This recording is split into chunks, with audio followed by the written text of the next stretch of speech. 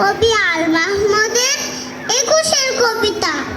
ফেব্রুয়ারির 21 তারিখ দুপুর বেলা রক্ত বৃষ্টি নামে, বৃষ্টি কোথায় বরকতের রক্ত।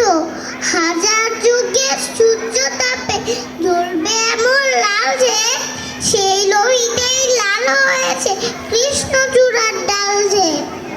প্রভাত ফেরির মিছিল যাবে, ছড়াও ফুলের বন্যা, বিষাদ গীতি গাইছে পথে তিতুমিরের কন্যা।